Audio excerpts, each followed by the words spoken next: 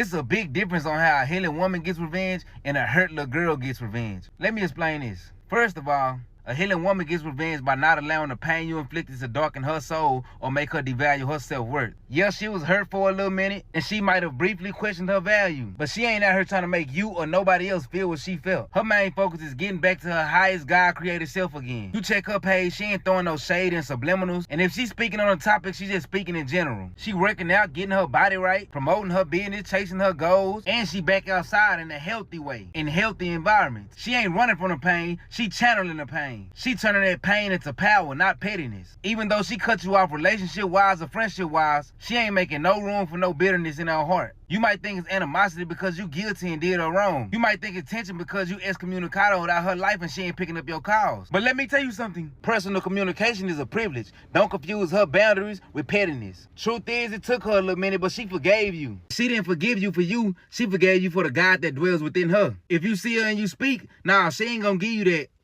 stank face. That's what hurt itty bitties do. Nah, she gonna speak back and keep it brief with the prettiest smile on her face, and you gonna know she let that hurt go, cause her eyes smiling too. The eyes are the windows to the soul. On my soul. But just cause she grinned don't mean that's an invitation back in, twin. She unintentionally unaliving you with kindness.